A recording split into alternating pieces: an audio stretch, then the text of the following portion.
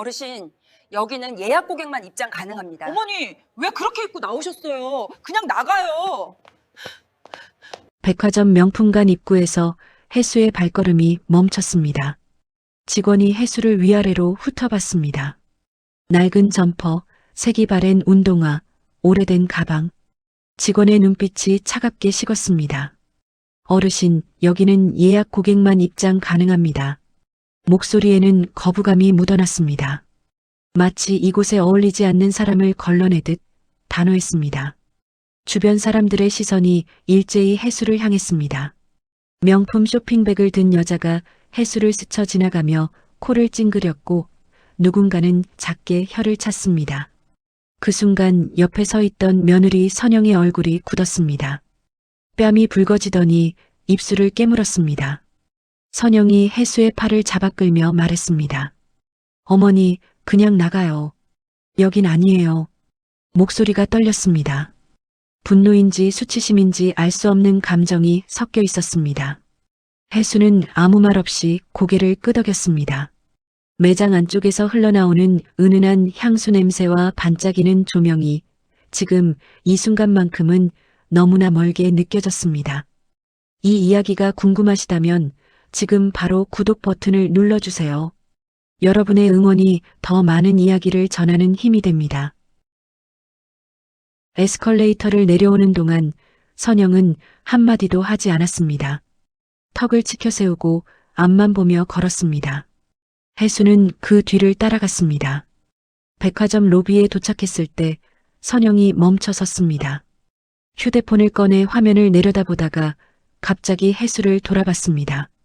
표정이 일그러져 있었습니다. 어머니, 왜 그렇게 입고 나오셨어요? 목소리가 날카로웠습니다. 혜수는 자기 옷을 내려다봤습니다. 깨끗하게 빨아입은 옷이었습니다. 낡았지만 단정했습니다. 하지만 선영의 눈에는 그게 수치스러워 보였나 봅니다. 사람들이 다 쳐다봤잖아요. 아, 진짜. 선영이 말끝을 흐렸습니다. 한숨을 크게 쉬고 다시 휴대폰을 들여다봤습니다. 혜수는 아무 말도 하지 못했습니다. 미안하다는 말이 목구멍까지 올라왔지만 삼켰습니다. 로비를 지나가는 사람들이 두 사람을 힐끗힐끗 쳐다봤습니다. 선영은 그게 싫은 듯 빠르게 출구 쪽으로 걸어갔습니다. 혜수는 올해로 75이었습니다. 평생 일만 하며 살아온 사람이었고 손에 굳은 살이 박힌 채 늙어간 사람이었습니다. 남편을 일찍 떠나보낸 뒤로는 혼자 아들을 키웠고 그 아들이 좋은 집안 딸과 결혼했을 때 혜수는 마음 한편이 편해졌습니다. 이제 자기 역할은 끝났다고 생각했습니다. 손녀 민지만 보면 되는 거라고 그렇게 믿었습니다. 하지만 며느리 선영은 처음부터 혜수를 마뜩잖게 여겼습니다. 말투는 공손했지만 그 안에 담긴 온도는 언제나 차가웠습니다. 혜수는 그걸 알고 있었지만 애써 모른 척했습니다. 며느리도 적응할 시간이 필요하겠지, 그렇게 생각했습니다. 아들 준우는 회사 일로 바빴고 집안일은 전부 선영의 몫이었습니다. 혜수는 자기가 도와야 한다고 생각했지만 선영은 번번이 거절했습니다. 부엌에 들어가려 하면 괜찮다며 막았고 청소를 하려 하면 쉬라고 했습니다. 배려처럼 보였지만 사실은 간섭받기 싫다는 뜻이었습니다. 백화점에서 나온 두 사람은 근처 패스트푸드점으로 향했습니다. 선영이 원래 예약해둔 레스토랑은 취소했습니다. 가는 동안 한마디도 하지 않았고 혜수도 입을 열지 않았습니다. 패스트푸드점 문을 열고 들어서자 기름 냄새가 코를 찔렀습니다. 점심시간이라 사람들로 붐볐습니다. 선영이 카운터에서 주문을 했고 혜수는 구석자리에 앉아 기다렸습니다. 플라스틱 의자는 딱딱했고 테이블은 끈적거렸습니다. 선영이 쟁반을 들고 왔습니다. 햄버거와 감자튀김, 콜라. 쟁반을 탁 소리나게 테이블 위에 내려놓았습니다. 혜수는 조심스럽게 햄버거를 집어들었습니다. 한 입 베어 물었지만 맛은 느껴지지 않았습니다. 그저 씹고 삼키는 동작만 반복했습니다. 선영은 휴대폰을 보며 감자튀김을 집어먹었습니다. 화면을 빠르게 스크롤하고 가끔 한숨을 쉬었습니다. 입가에는 짜증이 역력했습니다. 집으로 돌아가는 길 택시 안은 조용했습니다. 선영은 계속 휴대폰을 보고 있었고 혜수는 창밖을 보며 지나가는 풍경을 눈에 담았습니다. 거리는 화려했고 사람들은 바빴습니다. 혜수는 문득 자신이 이 도시에서 얼마나 작은 존재인지 느꼈습니다. 택시기사가 백미러로 혜수를 한번 쳐다보더니 입을 열었습니다. 어디서 오셨어요? 혜수가 대답하려는 순간 선영이 먼저 끼어들었습니다. 시골이요. 잠깐 올라오신 거예요. 말투가 쌀쌀했습니다. 혜수는 입을 다물었습니다. 사실 혜수는 이 도시에서 태어나고 자란 사람이었습니다. 결혼해서 시골로 내려갔다가 남편이 세상을 떠난 뒤 다시 이곳으로 왔을 뿐이었습니다. 하지만 선영은 그런 사실을 굳이 말하지 않았습니다. 시골에서 온 시어머니로 소개하는 게 더 편한 것 같았습니다. 택시기사는 더 이상 묻지 않았고 차 안은 다시 조용해졌습니다. 혜수는 가만히 손을 내려다봤습니다. 주름진 손등 위로 파란 핏줄이 도드라져 보였습니다. 손톱 밑에는 아무리 씻어도 지워지지 않는 때가 끼어 있었습니다. 평생 일한 흔적이었습니다. 집에 도착했을 때 현관문을 열기도 전에 안에서 소리가 들렸습니다. 손녀 민지가 뛰어노는 소리였습니다. 문이 열리자 민지가 달려왔습니다. 할머니. 9살 민지의 목소리는 밝았고 얼굴에는 웃음이 가득했습니다. 혜수는 그제야 얼굴에 미소를 지었습니다. 민지가 혜수의 다리를 껴안았습니다. 혜수는 민지의 머리를 쓰다듬었습니다. 이 아이만은 자기를 진심으로 반겨주는 사람이었습니다. 선영이 뒤에서 날카롭게 말했습니다. 민지야, 비켜. 할머니 들어오셔야지. 민지가 물러서자 선영은 혜수를 향해 말했습니다. 어머니, 피곤하시죠? 방에서 좀 쉬세요. 배려처럼 들렸지만 혜수는 알았습니다. 거실에 있지 말라는 뜻이라는 걸. 혜수는 고개를 끄덕이고 자기 방으로 들어갔습니다. 뒤에서 민지가 작게 부르는 소리가 들렸지만 선영이 뭐라고 말하는 소리에 민지의 목소리는 곧 사라졌습니다. 방문을 닫을 때 선영이 민지에게 말하는 소리가 희미하게 들렸습니다. 할머니 피곤하시대. 나중에 돼. 방문을 닫자 고요함이 밀려왔습니다. 혜수는 침대에 앉아 한동안 아무것도 하지 않았습니다. 창밖으로 저녁 햇살이 비스듬히 들어왔고 먼지들이 빗속에서 느리게 떠다녔습니다. 혜수는 가방에서 낡은 수첩을 꺼냈습니다. 그 안에는 손녀 민지의 사진이 끼워져 있었습니다. 웃고 있는 민지의 얼굴을 보며 혜수는 작게 한숨을 쉬었습니다. 이 집에서 버틸 수 있는 이유는 오직 이 아이 때문이었습니다. 다른 건 아무것도 필요 없었습니다. 그저 민지가 자라는 모습을 곁에서 지켜볼 수 있다면 그것만으로 충분했습니다. 혜수는 사진을 한참 들여다보다가 조심스럽게 수첩을 닫았습니다. 수첩 표지는 낡아서 모서리가 해져 있었습니다. 오래전 남편이 선물해 준 것이었습니다. 남편의 필적으로 적힌 이름이 희미하게 남아 있었습니다. 저녁 식사 시간이 되어 거실로 나갔을 때 식탁에는 이미 음식이 차려져 있었습니다. 아들 준호가 회사에서 돌아와 있었고 선영은 그 옆에서 국을 따르고 있었습니다. 준호가 고개를 들어 혜수를 보았습니다. 피곤한 얼굴이었습니다. 혜수는 조용히 자리에 앉았습니다. 식사가 시작되고 준호와 선영은 오늘 있었던 일들을 이야기했습니다. 회사 이야기, 지인 이야기, 주말 계획. 혜수는 그 대화에 끼어들지 않았습니다. 가끔 민지가 혜수를 보며 웃어주는 것만으로도 괜찮았습니다. 밥을 한 숟가락 떠서 입에 넣고 반찬을 집어 먹었습니다. 맛은 잘 느껴지지 않았습니다. 그저 씹고 삼키고 다시 떠서 먹는 것의 반복이었습니다. 식탁 위의 국그릇에서 김이 피어올랐습니다. 준호가 회사 이야기를 하고 선영이 맞장구를 쳤습니다. 민지는 반찬을 이것저것 집어먹으며 조잘거렸습니다. 혜수만 조용했습니다. 투명 인간처럼 그 자리에 없는 사람처럼. 식사가 끝나갈 무렵 선영이 말했습니다. 어머니, 내일 손님 오니까 밖에 좀 나가 계세요. 경로당 같은 데 가시면 될 것 같은데요. 혜수는 고개를 끄덕였습니다.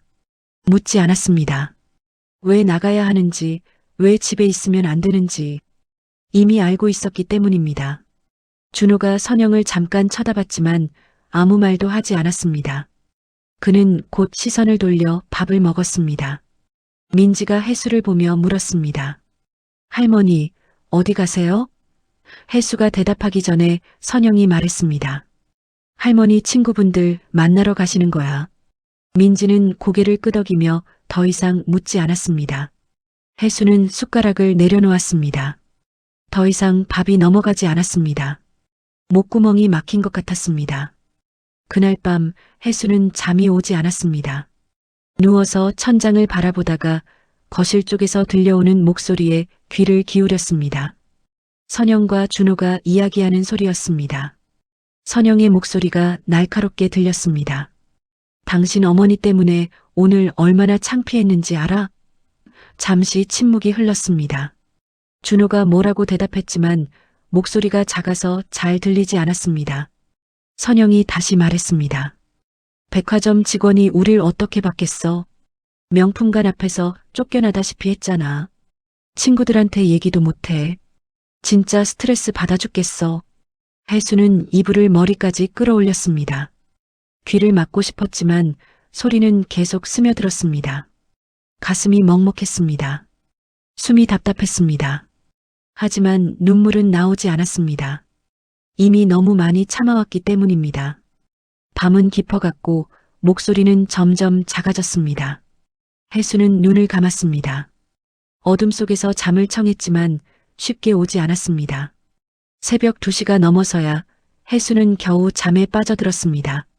아침 일찍 혜수는 집을 나섰습니다. 시계를 보니 8시였습니다. 선영이 일어나기 전에 나가는 게 좋을 것 같았습니다. 어젯밤 들었던 목소리가 아직 귓가에 맴돌았습니다. 현관문을 조용히 닫고 엘리베이터를 탔습니다. 거울에 비친 자기 얼굴을 보다가 고개를 돌렸습니다. 주름이 더 깊어진 것 같았습니다. 아파트를 나서자 아침 공기가 차가웠습니다. 어디로 가야 할지 정하지 못한 채 혜수는 그냥 걸었습니다. 발걸음에는 목적지가 없었습니다. 그저 시간을 보내야 한다는 생각뿐이었습니다. 오후 4시까지, 선영의 친구들이 다 돌아갈 때까지, 버스 정류장을 지나고 편의점을 지나고 작은 공원이 보였습니다. 벤치에 앉아있는 어르신들이 몇 명 보였습니다. 혜수는 그쪽으로 걸어가 구석 벤치에 앉았습니다. 나무 벤치는 차가웠습니다. 엉덩이로 냉기가 전해졌지만 혜수는 움직이지 않았습니다. 공원은 한적했습니다. 아침 산책을 나온 사람들이 지나가고 강아지를 데리고 나온 사람도 보였습니다. 조깅하는 젊은이들이 숨을 헐떡이며 달려갔습니다. 혜수는 가방에서 보온병을 꺼냈습니다. 집에서 미리 준비해온 보리차였습니다. 뚜껑을 열어 한 모금 마셨을 때 옆 벤치에서 누군가 말을 걸어왔습니다. 일찍 나오셨네요. 옆에 앉은 할머니였습니다. 머리는 파마를 한 지 오래된 듯 푸석했고 옷차림은 단정했습니다. 혜수는 가볍게 고개를 끄덕였습니다. 할머니는 웃으며 말을 이었습니다. 저도 매일 나와요. 집에 있으면 심심해서요. 며느리가 출근하고 나면 할 일이 없거든요. 혜수는 아무 말도 하지 않았습니다. 할머니는 계속 이야기를 이어갔습니다. 손주들은 학교 가고 저녁 때 되면 다들 들어오지만 낮에는 텅 비어요. 그래도 우리 며느리는 참 잘해줘요. 저녁은 꼭 같이 먹자고 하고 주말엔 외식도 자주 가고. 혜수는 고개만 끄덕였습니다. 할머니의 목소리는 밝았고 행복해 보였습니다. 혜수는 자기와는 다른 삶이라고 생각했습니다. 할머니가 다시 물었습니다. 손주 있으세요? 혜수가 대답했습니다. 있어요. 하나. 할머니가 웃으며 말했습니다. 그럼 심심하진 않으시겠네요. 손주 보는 재미로 사는 거죠, 우리. 혜수는 웃지 못했습니다. 손주를 마음대로 볼 수도 없는 처지였습니다. 시간이 천천히 흘렀습니다. 할머니는 잠시 후 일어나 다른 곳으로 갔고 해수는 혼자 남았습니다. 공원 한쪽에서 아이들이 뛰어놀고 있었습니다. 엄마들이 그 옆에서 이야기를 나누고 웃음소리가 들렸습니다. 커피를 들고 벤치에 앉아 수다를 떠는 모습이 편안해 보였습니다. 해수는 그 모습을 멀리서 바라봤습니다. 민지도 저렇게 컸겠지 생각했습니다. 학교에서 친구들과 뛰어놀고 집에 돌아와서는 오늘 있었던 일들을 이야기하겠지. 하지만 해수에게 그런 이야기를 들려주는 건 아닐 거라는 생각이 들었습니다. 선영이 그걸 허락하지 않을 테니까요. 해수는 보온병 뚜껑을 다시 열어 보리차를 마셨습니다. 미지근해진 차가 목구멍을 타고 내려갔습니다. 오전 11시가 되었을 때 해수는 자리에서 일어났습니다. 다리가 저렸습니다. 천천히 걸으며 공원을 한 바퀴 돌았습니다. 나무 그늘 아래를 지나고 작은 연못 옆을 지났습니다. 연못에는 잉어 몇 마리가 느리게 헤엄치고 있었습니다. 해수는 잠시 멈춰서서 그 모습을 바라봤습니다. 물고기들은 아무 생각 없이 헤엄치는 것처럼 보였습니다. 해수는 문득 부러웠습니다. 아무 생각 없이 살 수 있다는 게. 연못가에 앉아있는 할아버지가 물고기 밥을 뿌렸습니다. 물고기들이 우르르 몰려들어 입을 벙긋거렸습니다. 할아버지는 흡족한 표정으로 그 모습을 지켜봤습니다. 해수는 그 옆을 지나쳤습니다. 발걸음은 무거웠고 갈 곳은 없었습니다. 점심시간이 다가오자 해수는 공원 근처 작은 식당으로 갔습니다. 메뉴판을 보다가 제일 저렴한 칼국수를 주문했습니다. 음식이 나오고 혼자 조용히 먹었습니다. 옆 테이블에서는 가족들이 함께 식사를 하고 있었습니다. 할머니, 할아버지, 그리고 젊은 부부, 아이 둘. 시끌벅적했지만 따뜻해 보였습니다. 할머니가 손주에게 반찬을 집어주고 손주는 웃으며 받아 먹었습니다. 할머니가 제일 좋아. 아이가 소리쳤습니다. 할머니의 얼굴에 주름이 더 깊게 패이며 웃음이 번졌습니다. 며느리도 그 모습을 보며 함께 웃었습니다. 해수는 그 모습을 힐끗 보다가 고개를 숙이고 국물을 마셨습니다. 목구멍이 뜨거웠습니다. 칼국수는 맛있었지만 자꾸만 목이 메었습니다. 국물이 짠 건지 눈물이 섞인 건지 알 수 없었습니다. 식사를 마치고 다시 공원으로 돌아왔습니다. 오후에 햇살이 따스했습니다. 벤치에 앉아 시간을 보냈습니다. 사람들이 지나가고 새들이 날아다니고 바람이 나뭇잎을 흔들었습니다. 해수는 그저 그 모든 것을 바라봤습니다. 가방에서 휴대폰을 꺼냈습니다. 화면에는 아무 연락도 오지 않았습니다. 민지의 사진을 열어봤습니다. 지난달 찍은 사진이었습니다. 생일 케이크 앞에서 웃고 있는 민지. 해수는 화면을 한동안 들여다봤습니다. 민지의 미소가 환했습니다. 그 미소를 지켜주고 싶었습니다. 해수는 화면을 쓰다듬었습니다. 차가운 유리 너머로 손녀의 얼굴이 있었습니다. 그러다 문득 시간을 확인했습니다. 오후 2시. 아직 집에 돌아갈 시간이 아니었습니다. 2시간을 더 버텨야 했습니다. 해수는 벤치에서 일어나 또 걸었습니다. 공원을 나와 주변 거리를 걸었습니다. 상가를 지나고 은행 앞을 지나고 약국 앞을 지났습니다. 그냥 걸었습니다. 목적 없이, 방향 없이. 발이 아팠지만 멈추지 않았습니다. 멈추면 생각이 밀려올 것 같았습니다. 오늘 아침 선영이 했던 말, 어젯밤 들었던 목소리, 백화점에서의 수치스러움. 그 모든 게 떠오를 것 같았습니다. 해수는 계속 걸었습니다. 어느새 낯선 동네에 와 있었습니다. 이곳이 어딘지도 잘 몰랐습니다. 해수는 버스 정류장 벤치에 앉았습니다. 버스가 오고 갔지만 타지 않았습니다. 그저 앉아서 지나가는 사람들을 봤습니다. 회사원들이 바쁘게 걸어가고 학생들이 웃으며 지나가고 연인들이 손을 잡고 걸었습니다. 모두 어딘가로 가고 있었습니다. 해수만 갈 곳이 없었습니다. 오후 4시가 되어서야 해수는 천천히 집으로 향했습니다. 걸어서 30분 정도 걸리는 거리였습니다. 천천히, 아주 천천히 걸었습니다. 집 앞 아파트 단지에 도착했을 때 로비에서 몇몇 주민들과 마주쳤습니다. 혜수가 가볍게 고개를 숙였지만 대부분 무표정하게 지나갔습니다. 엘리베이터를 기다리는 동안 옆에 선 젊은 여자가 전화 통화를 하고 있었습니다. 응, 오늘 모임 진짜 좋았어. 다들 부러워하더라. 혜수는 그 목소리를 들으며 문득 오늘 선영의 친구들이 왔을 거라는 생각이 들었습니다. 그 자리에 자기가 없어서 선영은 편했을 겁니다. 창피하지 않았을 겁니다. 집 앞에 도착했을 때 현관문 앞에서 잠시 망설였습니다. 초인종을 누르기가 조심스러웠습니다. 혹시 아직 손님이 있으면 어쩌나 하는 생각이 들었습니다. 숨을 한번 깊게 쉬고 버튼을 눌렀습니다. 문이 열렸습니다. 선영이 나왔습니다. 표정은 평온했습니다. 혜수는 신발을 벗으며 안으로 들어갔습니다. 거실에는 아무도 없었습니다. 식탁 위에 케이크 상자와 과일 접시가 보였습니다. 손님들이 다녀간 흔적이었습니다. 선영이 말했습니다. 어머니, 어디 다녀오셨어요?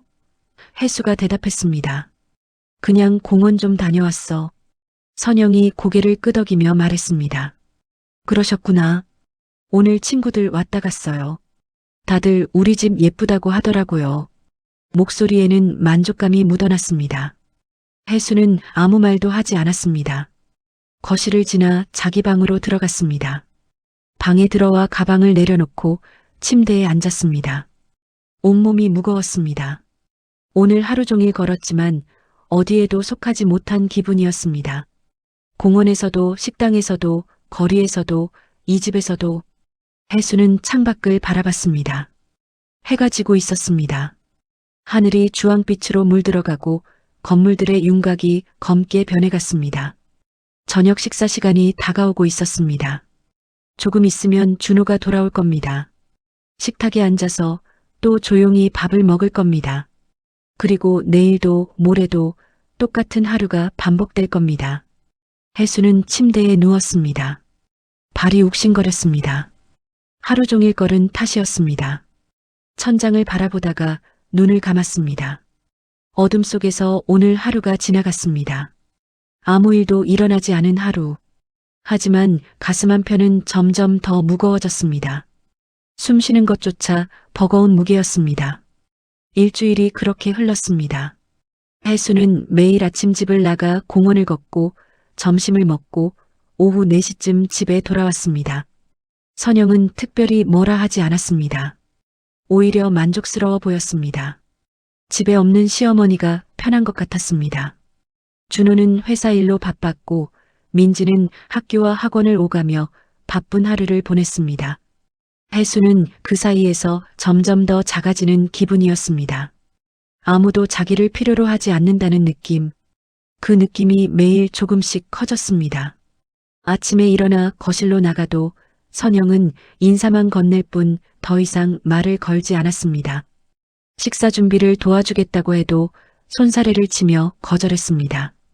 혜수는 점점 더 방 안에 머무는 시간이 길어졌습니다. 어느 날 오후 혜수는 집에 일찍 돌아왔습니다. 날씨가 갑자기 추워져서 공원에 더 있기가 힘들었습니다. 현관문을 열고 들어서는데 거실에서 민지의 목소리가 들렸습니다. 엄마, 나 할머니랑 놀고 싶어. 혜수는 신발을 벗다 말고 멈췄습니다. 선영의 목소리가 이어졌습니다. 민지야, 할머니는 피곤하셔. 너 숙제해야지. 민지가 다시 말했습니다. 숙제 다 했어. 할머니한테 이번에 학교에서 상 받은 거 보여드리고 싶은데. 선영의 목소리가 약간 날카로워졌습니다. 민지야, 할머니는 그런 거 잘 모르셔. 엄마한테 보여줘. 엄마가 더 기뻐. 혜수는 현관에 서서 그 대화를 들었습니다. 신발을 벗는 손이 멈췄습니다. 가슴이 저렸습니다. 손녀가 자기를 찾는데 그것조차 허락되지 않는다는 게 견디기 힘들었습니다. 거실로 들어가자 민지가 혜수를 보고 환하게 웃었습니다. 할머니, 뛰어오려는 민지를 선영이 붙잡았습니다. 민지야, 할머니 놀라시겠어. 조용히 해. 민지는 멈춰섰습니다. 혜수는 민지에게 손을 흔들어주고 자기 방으로 향했습니다. 뒤에서 선영의 목소리가 들렸습니다. 민지야, 이제 학원 가야지. 준비해. 민지가 작게 대답하는 소리가 들렸습니다. 방문을 닫고 혜수는 침대에 앉았습니다. 가슴 한쪽이 쓰렸습니다. 손녀가 자기를 보고 싶어 하는데 그것조차 허락되지 않는다는 게 견디기 힘들었습니다. 혜수는 창밖을 바라봤습니다. 회색빛 하늘 아래 건물들이 차갑게 서 있었습니다. 사람들이 분주히 오가는 모습이 보였습니다. 모두 바빴고 모두 어딘가로 가고 있었습니다. 혜수만 갈 곳이 없었습니다. 며칠 후 혜수는 치과 예약이 있었습니다. 한 달 전에 잡아둔 예약이었습니다. 아침 식사 때 선영에게 말했습니다. 오늘 치과 가야 해. 11시에 예약 잡혀 있어. 선영이 고개를 끄덕이며 물었습니다. 혼자 가실 수 있으세요? 혜수가 대답했습니다. 주소 알아. 택시 타고 가면 돼. 선영이 다시 물었습니다. 택시비는 있으세요? 혜수는 고개를 끄덕였습니다. 준호가 옆에서 신문을 보다가 말했습니다. 제가 모셔다 드릴까요? 선영이 재빨리 대답했습니다. 당신 오늘 오전에 중요한 회의 있잖아. 어머니 혼자 잘 다녀오실 거야. 준호는 더 이상 말하지 않았습니다. 신문을 다시 들여다봤습니다. 혜수는 조용히 밥을 먹었습니다. 국물이 목구멍을 넘어가지 않았습니다. 치과는 집에서 버스로 새 정거장 거리였습니다.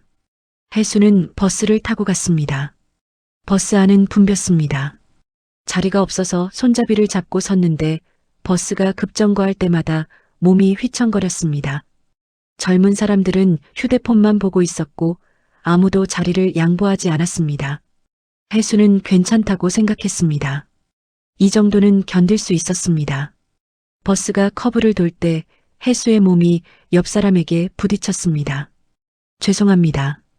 혜수가 말했지만 상대방은 짜증스러운 표정으로 고개를 돌렸습니다. 치과에 도착해서 진료를 받았습니다. 의사가 말했습니다. 임플란트 하나 더 해야 할 것 같은데요. 다음 주에 한 번 더 오셔야 해요. 혜수는 고개를 끄덕였습니다. 비용이 얼마나 나올지 물어보지 않았습니다. 아들에게 부담을 주고 싶지 않았습니다. 이미 충분히 짐이 되고 있었습니다. 집에 돌아왔을 때는 오후 2시쯤이었습니다. 현관문을 열고 들어서는데 거실에서 선영이 전화통화를 하고 있었습니다. 혜수의 모습을 보고도 선영은 통화를 멈추지 않았습니다. 맞아, 진짜 불편해. 매일 눈치 보여서 집에서 맘 편히 있을 수가 없어. 혜수는 신발을 벗으며 그 말을 들었습니다. 손이 떨렸습니다. 선영이 계속 말했습니다. 친구들 초대하는 것도 조심스럽고, 뭐랄까, 우리 집이 우리 집 같지가 않아. 빨리 요양원이라도 알아봐야 하나. 혜수는 가만히 서 있었습니다. 요양원이라는 단어가 귓가에서 맴돌았습니다. 선영이 혜수를 힐끗 보더니 목소리를 낮췄습니다. 야, 나중에 다시 얘기할게. 전화를 끊고 선영이 말했습니다. 어머니, 치과 다녀오셨어요? 목소리는 평온했습니다. 마치 방금 전 대화는 없었다는 듯이. 혜수는 대답 대신 고개만 끄덕이고 방으로 들어갔습니다. 문을 닫고 침대에 앉았습니다. 손이 떨렸습니다. 가슴이 답답했습니다.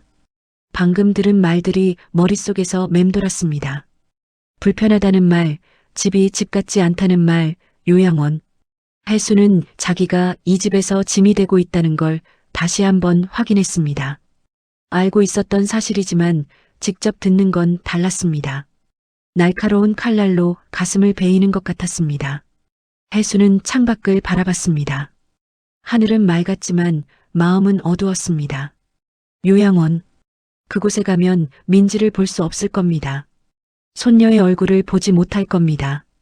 혜수는 고개를 떨구었습니다. 눈물이 날 것 같았지만 참았습니다. 울어서는 안 된다고 생각했습니다. 울면 더 약해 보일 것 같았습니다. 저녁 식사 시간 준호가 일찍 들어왔습니다. 평소보다 표정이 밝았습니다. 넥타이를 느슨하게 풀며 말했습니다. 오늘 회사에서 좋은 소식이 있었어요. 프로젝트가 잘 마무리됐어요. 선영이 기뻐하며 말했습니다. 정말? 그럼 우리 주말에 외식 가야겠네. 준호가 웃으며 말했습니다. 그러자. 어디 가고 싶어?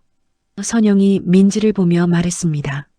민지야, 어디 가고 싶어? 민지가 신나게 대답했습니다. 뷔페 가고 싶어요. 준호가 고개를 끄덕였습니다. 좋아, 주말에 뷔페 가자. 혜수는 조용히 밥을 먹고 있었습니다. 아무도 혜수에게 묻지 않았습니다. 함께 가고 싶은지, 어디 가고 싶은지. 혜수는 투명 인간이 된 것 같았습니다. 같은 식탁에 앉아 있지만 보이지 않는 사람, 존재하지 않는 사람. 식사가 끝나갈 무렵 민지가 혜수를 보며 물었습니다. 할머니도 같이 가요? 선영이 재빨리 대답했습니다. 할머니는 피곤하실 거야. 집에서 쉬시는 게 나을 거야. 준호가 선영을 보았지만 아무 말도 하지 않았습니다. 민지가 다시 물었습니다. 할머니, 같이 가고 싶지 않으세요? 혜수는 민지를 보며 웃으려고 애썼습니다. 입가에 억지로 미소를 띄웠습니다. 할머니는 집에서 쉴게. 민지 맛있는 거 많이 먹고 와. 민지의 얼굴이 조금 어두워졌습니다. 하지만 곧 고개를 끄덕였습니다. 혜수는 숟가락을 내려놓았습니다. 더 이상 밥이 넘어가지 않았습니다. 목구멍이 막힌 것 같았습니다. 숨쉬기가 힘들었습니다. 그날 밤 혜수는 또 잠을 이루지 못했습니다. 거실에서 들려오는 텔레비전 소리, 민지가 웃는 소리, 준호와 선영이 이야기하는 소리. 그 모든 소리가 문틈으로 스며들었지만 혜수는 그 안에 포함되지 않았습니다. 마치 투명 인간이 된 것 같았습니다. 같은 공간에 있지만 보이지 않는 사람. 혜수는 이불을 덮고 눈을 감았습니다. 어둠 속에서 한 가지 생각이 떠올랐습니다. 이곳은 자기가 있어야 할 곳이 아니라는 생각. 하지만 갈 곳도 없었습니다. 시골집은 이미 정리했고 친구들은 다들 멀리 떨어져 있었습니다. 혜수는 그저 눈을 감은 채 아침이 오기를 기다렸습니다. 긴 밤이 끝나기를 기다렸습니다. 새벽 4시 혜수는 잠에서 깼습니다. 목이 말랐습니다. 부엌에 물을 마시러 나갔습니다. 거실은 어두웠고 조용했습니다. 냉장고 문을 열어 물을 따라 마셨습니다. 그때 식탁 위에 놓인 종이 한 장이 눈에 들어왔습니다. 민지의 그림이었습니다. 크레파스로 그린 가족 그림. 아빠, 엄마, 민지. 세 사람이 손을 잡고 웃고 있었습니다. 혜수는 그 그림을 한동안 바라봤습니다. 그림 속에 자기는 없었습니다. 손으로 그림을 쓰다듬었습니다. 종이가 바스락거렸습니다. 혜수는 물잔을 내려놓고 방으로 돌아왔습니다. 침대에 누워 천장을 바라봤습니다. 눈물이 날 것 같았지만 나오지 않았습니다. 그저 가슴만 먹먹했습니다. 숨 쉬는 것조차 고통스러웠습니다. 혜수는 이불을 머리까지 끌어올렸습니다. 어둠 속에서 작아졌습니다. 점점 더 작아졌습니다. 없어지고 싶었습니다. 한 달이 흘렀습니다. 혜수는 이제 아침 8시면 집을 나가고 오후 4시에 돌아오는 것이 일상이 되었습니다.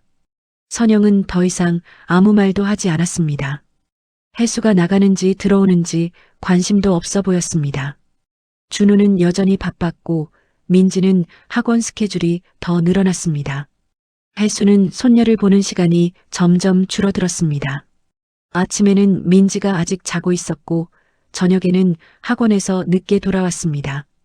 주말에도 민지는 친구들과 약속이 있거나 가족끼리만 외출을 했습니다. 혜수는 언제나 빠져 있었습니다. 가족 사진에서, 외식 자리에서, 주말 나들이에서. 혜수는 점점 더 투명해졌습니다. 존재하지만 존재하지 않는 사람처럼. 어느 토요일 오후 혜수는 방에서 쉬고 있었습니다. 거실에서 민지의 목소리가 들렸습니다. 웃음소리였습니다. 혜수는 방문을 조금 열고 밖을 내다봤습니다. 민지가 거실 바닥에 앉아 레고를 조립하고 있었습니다. 선영은 부엌에서 설거지를 하고 있었고 준호는 소파에서 노트북을 보고 있었습니다. 혜수는 조심스럽게 방문을 열고 나갔습니다. 민지에게 다가가 물었습니다. 민지야, 뭐 만드는 거야? 민지가 고개를 들어 해수를 보며 환하게 웃었습니다. 할머니, 성 만들고 있어요. 해수는 민지 옆에 앉았습니다. 무릎이 뻐근했지만 참았습니다. 예쁘네. 할머니가 도와줄까? 민지가 고개를 끄덕였습니다. 해수는 레고 조각을 집어들었습니다. 손이 떨렸지만 조심스럽게 끼워 맞췄습니다. 민지가 웃으며 말했습니다. 할머니 잘하시네요. 해수는 그제야 웃음이 나왔습니다. 진짜 웃음이었습니다. 하지만 그 순간도 잠시 선영이 부엌에서 나오며 말했습니다. 민지야, 할머니 힘드시니까 혼자 해. 민지가 고개를 들어 엄마를 봤습니다. 괜찮아요. 할머니가 도와주시는데요. 선영의 표정이 굳었습니다. 민지야, 할머니 무릎 안 좋으시잖아. 일어나세요. 마지막 말은 해수에게 한 것이었습니다. 명령에 가까웠습니다. 해수는 천천히 일어났습니다. 무릎에서 뚝 소리가 났습니다. 민지가 해수를 올려다봤습니다. 아쉬운 표정이었습니다. 해수는 민지의 머리를 쓰다듬었습니다. 할머니 방에서 쉴게. 민지 예쁘게 만들어. 민지는 고개를 끄덕였지만 표정은 어두웠습니다. 해수는 다시 방으로 돌아왔습니다. 문을 닫자 다시 고요함이 찾아왔습니다. 짧은 행복도 허락되지 않았습니다. 그날 저녁 준호의 회사 사람들이 집에 왔습니다. 저녁 모임이었습니다. 선영은 오후 내내 음식을 준비했고 거실을 정리했습니다. 해수에게는 아무 말도 하지 않았습니다. 해수는 방에 있으라는 뜻이라는 걸 알고 있었습니다. 저녁 6시쯤 초인종이 울렸습니다. 손님들이 도착한 것이었습니다. 해수는 방 안에서 밖의 소리를 들었습니다. 인사하는 소리, 웃음소리, 와인 병을 여는 소리, 음식 냄새가 문틈으로 들어왔습니다. 배가 고팠지만 해수는 참았습니다. 나가서는 안 된다는 걸 알았습니다. 시간이 흘러 저녁 8시가 되었습니다. 밖에서는 여전히 웃음소리가 들렸습니다.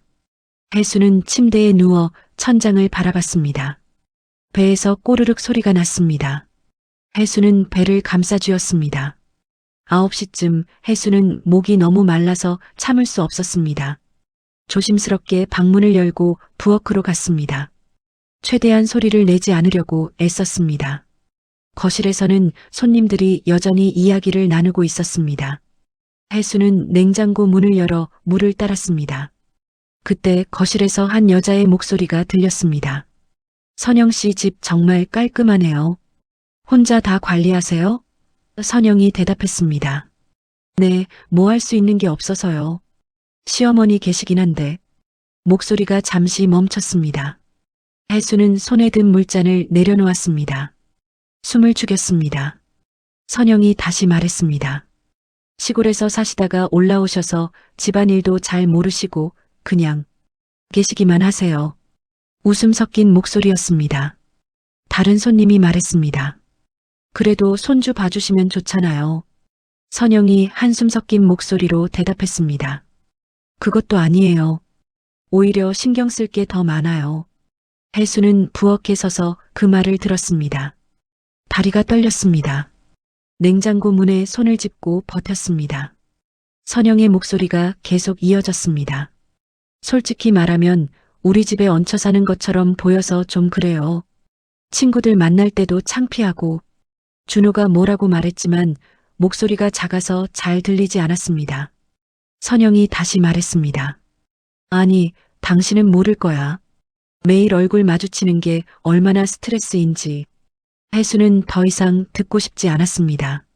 물잔을 들고 방으로 돌아왔습니다. 문을 닫고 침대에 앉았습니다. 물잔을 든 손이 떨렸습니다. 물이 흔들리다가 넘쳐서 손등을 적셨습니다. 해수는 그대로 앉아 있었습니다. 움직일 수가 없었습니다. 얹혀 산다. 그 말이 머릿속에서 맴돌았습니다. 자기가 이 집에 얹혀 사는 사람이라니. 평생 일하며 아들을 키웠는데 남편 없이 혼자 버텨왔는데 이제는 얹혀 사는 사람이 되었습니다. 해수는 물잔을 침대 옆 탁자에 내려놓았습니다. 손이 떨려서 잔이 탁자에 부딪혀 소리가 났습니다. 해수는 두 손으로 얼굴을 감쌌습니다. 숨이 막혔습니다. 가슴이 조여왔습니다. 눈물이 나올 것 같았지만 나오지 않았습니다. 그저 목이 메고 숨이 가빠졌습니다. 해수는 침대에 누웠습니다. 천장이 흐릿하게 보였습니다. 시야가 흐려졌습니다. 해수는 눈을 감았습니다. 어둠 속에서 선영의 목소리가 계속 들렸습니다. 얹혀 산다. 창피하다. 스트레스다. 밤이 깊어갔지만 해수는 잠들지 못했습니다. 거실에서 손님들이 떠나는 소리가 들렸습니다. 인사하는 소리, 문 닫히는 소리, 그리고 다시 조용해졌습니다. 선영과 준호가 설거지하는 소리가 들렸습니다. 두 사람이 대화하는 소리도 들렸지만 해수는 더 이상 듣고 싶지 않았습니다. 이불을 머리까지 끌어올렸습니다. 귀를 막았습니다. 하지만 선영의 목소리는 계속 머릿속에서 울렸습니다. 해수는 이불 속에서 몸을 웅크렸습니다. 작아졌습니다. 점점 더 작아졌습니다. 사라지고 싶었습니다. 이 세상에서 없어지고 싶었습니다. 하지만 민지의 얼굴이 떠올랐습니다. 웃고 있는 민지, 할머니라고 부르는 민지. 그 얼굴 때문에 버텨야 했습니다.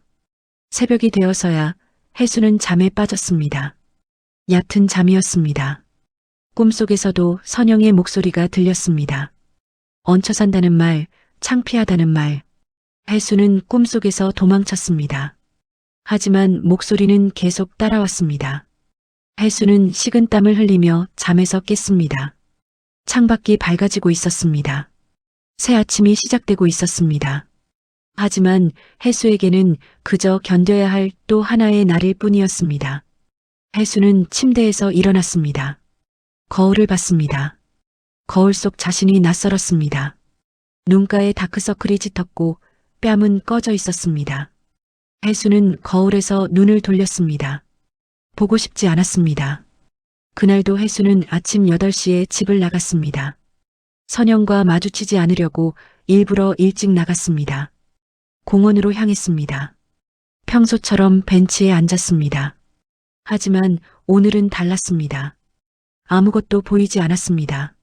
사람들이 지나가고 새들이 날아다니고 아이들이 뛰어놀았지만 해수의 눈에는 아무것도 들어오지 않았습니다. 그저 멍하니 앉아 있었습니다. 얹혀 산다는 말이 계속 머릿속에서 맴돌았습니다. 해수는 자기가 이 세상에 필요 없는 사람이라는 생각이 들었습니다. 아들에게도 며느리에게도 심지어 손녀에게도. 해수는 보온병을 열었습니다. 보리차를 마셨습니다. 목구멍을 타고 내려가는 차가 쓰디쓴 맛이 났습니다. 아무 맛도 느껴지지 않았습니다. 시간이 흘러 점심때가 되었습니다. 하지만 해수는 식당에 가지 않았습니다. 배가 고프지 않았습니다. 아니, 배가 고픈지조차 느껴지지 않았습니다. 그저 벤치에 앉아 시간을 보냈습니다. 오후 2시, 3시, 4시. 시간이 흘렀지만 해수는 움직이지 않았습니다. 집에 돌아가야 한다는 생각도 들지 않았습니다. 돌아간들 뭐가 달라지겠습니까? 방 안에 갇혀 지낼 뿐이었습니다. 해수는 그저 앉아 있었습니다. 해가 지고 하늘이 어두워졌습니다. 공원에 가로등이 켜졌습니다. 사람들이 하나둘 집으로 돌아갔습니다. 공원이 점점 비어갔습니다. 해수만 남았습니다. 어둠 속에서 혼자. 해수는 공원 벤치에 앉아 있었습니다. 밤이 깊어졌습니다. 가로등 불빛 아래 해수의 그림자가 길게 늘어졌습니다. 바람이 불어왔습니다. 차가운 바람이 옷깃 사이로 파고들었습니다. 해수는 움직이지 않았습니다. 추위도 느껴지지 않았습니다. 그저 멍하니 앉아 있었습니다. 휴대폰이 울렸습니다. 가방 속에서 진동 소리가 들렸습니다. 해수는 휴대폰을 꺼내 화면을 봤습니다. 준호였습니다. 전화를 받지 않았습니다. 화면이 꺼졌습니다. 다시 울렸습니다. 또 준호였습니다. 해수는 전화를 끊었습니다. 이야기하고 싶지 않았습니다. 무슨 말을 해야 할지 몰랐습니다. 휴대폰을 다시 가방에 넣었습니다. 시간이 얼마나 흘렀을까요? 해수는 알 수 없었습니다. 공원은 텅 비었습니다. 가끔 조깅하는 사람이 지나갔지만 해수를 신경 쓰지 않았습니다. 멀리서 개 짖는 소리가 들렸습니다. 바람에 나뭇잎이 바스락거렸습니다. 해수는 그 소리를 들으며 앉아 있었습니다. 문득 시골집 생각이 났습니다. 남편과 함께 살던 집, 작은 마당이 있던 집, 아들이 뛰어놀던 집, 그 집을 정리하고 이곳으로 온 것을 후회했습니다. 그때 그냥 혼자 살았어야 했습니다. 아들에게 짐이 되지 말았어야 했습니다. 며느리에게 스트레스를 주지 말았어야 했습니다. 해수는 한숨을 쉬었습니다. 긴 한숨이었습니다. 휴대폰이 또 울렸습니다. 이번에는 문자였습니다. 해수는 휴대폰을 꺼내 화면을 봤습니다. 준호의 문자였습니다. 어머니, 어디세요? 걱정됩니다. 연락 주세요. 해수는 문자를 읽고 휴대폰을 내려다봤습니다. 답장을 해야 할까요? 하지만 무슨 말을 해야 할지 몰랐습니다.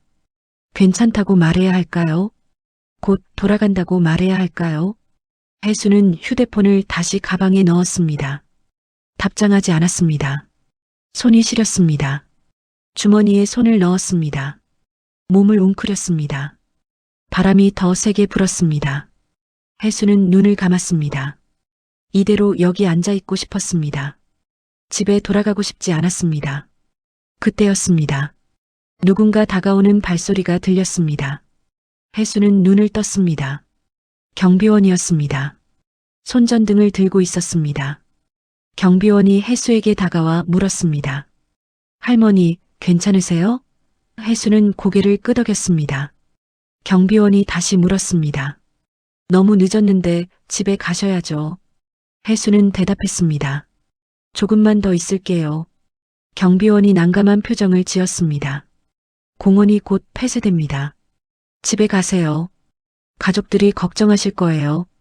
가족. 그 단어가 해수의 귓가에서 맴돌았습니다. 자기에게도 가족이 있나요? 걱정해주는 가족이. 경비원은 잠시 기다렸다가 다시 말했습니다. 제가 택시 불러드릴까요? 해수는 천천히 일어났습니다. 다리가 저렸습니다. 경비원이 해수의 팔을 붙잡아 주었습니다. 공원을 나와 거리로 나왔습니다. 경비원이 택시를 잡아주었습니다. 해수는 택시에 올랐습니다. 기사에게 주소를 말했습니다. 택시가 출발했습니다. 창밖으로 밤 풍경이 흘러갔습니다. 거리의 불빛들이 반짝였습니다. 사람들이 여전히 걸어다녔습니다. 편의점은 환하게 불이 켜져 있었고 식당들도 문을 열고 있었습니다. 세상은 여전히 돌아가고 있었습니다. 해수만 멈춰 있는 것 같았습니다. 택시가 아파트 단지 앞에 멈췄습니다. 해수는 요금을 내고 내렸습니다. 로비로 들어갔습니다. 엘리베이터를 탔습니다. 거울에 비친 자신을 봤습니다. 초췌한 얼굴이었습니다. 눈가가 어두웠고 입술은 바짝 말라 있었습니다. 집 앞에 도착했을 때 현관문이 열려 있었습니다. 준호가 밖에 서 있었습니다. 해수를 보자 안도한 표정을 지었습니다. 어머니, 어디 가셨어요? 연락이 안 돼서 걱정했잖아요. 해수는 아무 말도 하지 않았습니다. 그저 안으로 들어갔습니다. 거실에는 선영도 있었습니다. 소파에 앉아 있었습니다. 표정은 굳어 있었습니다. 준호가 뒤따라 들어오며 말했습니다. 도대체 어디 가셨던 거예요? 전화도 안 받으시고. 해수는 신발을 벗으며 대답했습니다. 공원에 있었어. 준호가 물었습니다. 이 늦은 시간까지요? 해수는 고개만 끄덕였습니다. 선영이 소파에서 일어나며 말했습니다. 어머니, 연락이라도 하셔야죠. 우리가 얼마나 걱정했는데요. 목소리에는 걱정보다 짜증이 묻어났습니다. 해수는 선영을 바라봤습니다. 처음으로 똑바로 쳐다봤습니다. 선영의 눈이 흔들렸습니다. 해수가 말했습니다. 미안해. 걱정 끼쳐서. 목소리는 차분했습니다. 감정이 없었습니다. 선영이 뭔가 말하려다가 입을 다물었습니다. 해수는 방으로 향했습니다. 준호가 뒤에서 불렀습니다. 어머니. 해수는 멈춰 섰습니다. 하지만 돌아보지 않았습니다. 준호가 다시 말했습니다. 괜찮으세요? 혜수는 잠시 침묵하다가 대답했습니다. 괜찮아. 그리고 방으로 들어갔습니다. 문을 닫았습니다. 거실에서 준호와 선영이 이야기하는 소리가 들렸습니다. 하지만 혜수는 듣지 않았습니다. 더 이상 중요하지 않았습니다. 침대에 앉아 창밖을 바라봤습니다. 밤하늘에는 별이 없었습니다. 구름이 낀 하늘이었습니다. 혜수는 가방에서 수첩을 꺼냈습니다. 민지의 사진을 봤습니다. 웃고 있는 민지. 그 미소를 보며 혜수는 생각했습니다. 이대로는 안 된다고. 이렇게 살 수는 없다고. 민지를 위해서라도, 자신을 위해서라도. 혜수는 수첩을 덮었습니다. 그리고 결심했습니다. 더 이상 참지 않기로. 더 이상 작아지지 않기로. 얹혀 사는 사람이 아니라고 당당하게 살기로. 혜수는 가슴속 깊은 곳에서 무언가 올라오는 것을 느꼈습니다. 분노였습니다. 슬픔이었습니다. 그리고 결이었습니다. 다음 날 아침 혜수는 평소보다 일찍 일어났습니다. 거실로 나갔습니다. 선영이 부엌에서 아침 준비를 하고 있었습니다. 혜수가 부엌으로 들어갔습니다. 선영이 놀란 표정으로 혜수를 봤습니다. 혜수가 말했습니다. 내가 할게. 선영이 당황하며 말했습니다. 아니에요, 어머니. 괜찮아요. 혜수가 다시 말했습니다. 내가 한다고 했어. 목소리에 힘이 있었습니다. 선영은 잠시 망설이다가 물러섰습니다. 혜수는 앞치마를 두르고 아침 준비를 시작했습니다. 손놀림은 능숙했습니다. 평생 해온 일이었습니다. 밥을 짓고 국을 끓이고 반찬을 꺼냈습니다.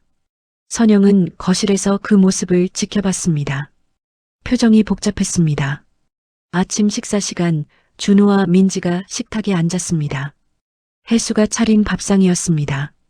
준호가 놀란 표정으로 혜수를 봤습니다. 어머니가 하셨어요? 혜수가 고개를 끄덕였습니다. 민지가 환하게 웃으며 말했습니다. 할머니가 차려주신 밥이에요? 혜수가 민지를 보며 웃었습니다. 진짜 웃음이었습니다. 그래, 할머니가 차렸어. 많이 먹어. 민지가 숟가락을 들고 밥을 떴습니다. 한 숟가락 먹고 말했습니다. 맛있어요. 혜수의 가슴이 따뜻해졌습니다. 오랜만에 느끼는 온기였습니다. 준호도 밥을 먹으며 말했습니다. 역시 어머니 손맛이 다르네요. 선영은 아무 말 없이 밥을 먹었습니다. 표정은 여전히 굳어 있었습니다. 식사가 끝나고 혜수는 설거지를 했습니다. 선영이 다가와 말했습니다. 제가 할게요, 어머니. 혜수가 대답했습니다. 괜찮아. 내가 할게. 선영이 잠시 머뭇거리다가 물러섰습니다. 혜수는 설거지를 하며 생각했습니다. 이제는 달라질 거라고. 더 이상 숨어 지내지 않을 거라고. 이 집에서도 당당하게 살 거라고. 혜수는 그릇을 씻으며 창밖을 봤습니다. 아침 햇살이 들어오고 있었습니다. 따스한 햇살이었습니다. 혜수는 오랜만에 희망을 느꼈습니다. 작은 희망이었지만 분명한 희망이었습니다. 긴 밤이 끝나고 새로운 아침이 시작되고 있었습니다. 며칠이 흘렀습니다. 혜수는 매일 아침 식사를 준비했습니다. 선영이 뭐라 하든 혜수는 부엌에 섰습니다. 처음에는 선영이 불편해했습니다. 자기 영역을 침범당한다고 생각하는 것 같았습니다. 하지만 혜수는 물러서지 않았습니다. 이 집도 자기 집이었습니다. 며느리의 눈치를 볼 이유가 없었습니다. 혜수는 밥을 짓고 국을 끓이고 반찬을 챙겼습니다. 준호와 민지는 좋아했습니다. 특히 민지는 할머니가 차린 밥상을 좋아했습니다. 매일 아침 할머니, 오늘은 뭐 해주셨어요? 라고 물으며 식탁에 앉았습니다. 혜수는 그런 민지를 보며 행복했습니다. 오랜만에 느끼는 행복이었습니다. 하지만 선영의 표정은 날이 갈수록 어두워졌습니다. 혜수가 부엌에 들어가면 선영은 거실로 나갔습니다. 혜수가 설거지를 하면 선영은 방으로 들어갔습니다. 두 사람 사이의 공기가 차가워졌습니다. 말은 주고받았지만 그 안에 담긴 감정은 날카로웠습니다. 준호는 그 분위기를 느꼈지만 아무 말도 하지 않았습니다. 회사 일이 바빠서인지 아니면 개입하고 싶지 않아서인지 준호는 아침을 먹고 서둘러 출근했고 저녁에는 늦게 들어왔습니다. 집에 있는 시간이 점점 줄어들었습니다. 혜수는 그런 아들을 보며 안타까웠습니다.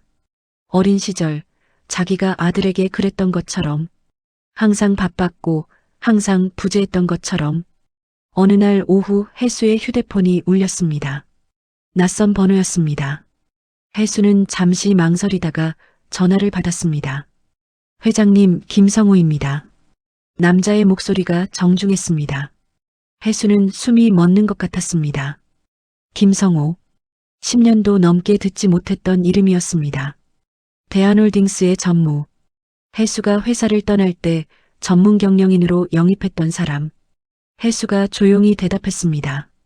어떻게 내 번호를? 김성호의 목소리에 긴장이 묻어났습니다. 죄송합니다, 회장님. 비상 연락망에 남아 있었습니다. 급한 일이 생겼습니다. 만나 뵙고 말씀드려야 할 것 같습니다. 혜수는 잠시 침묵했습니다. 지난 12년간 회사 일에서 완전히 손을 뗐습니다.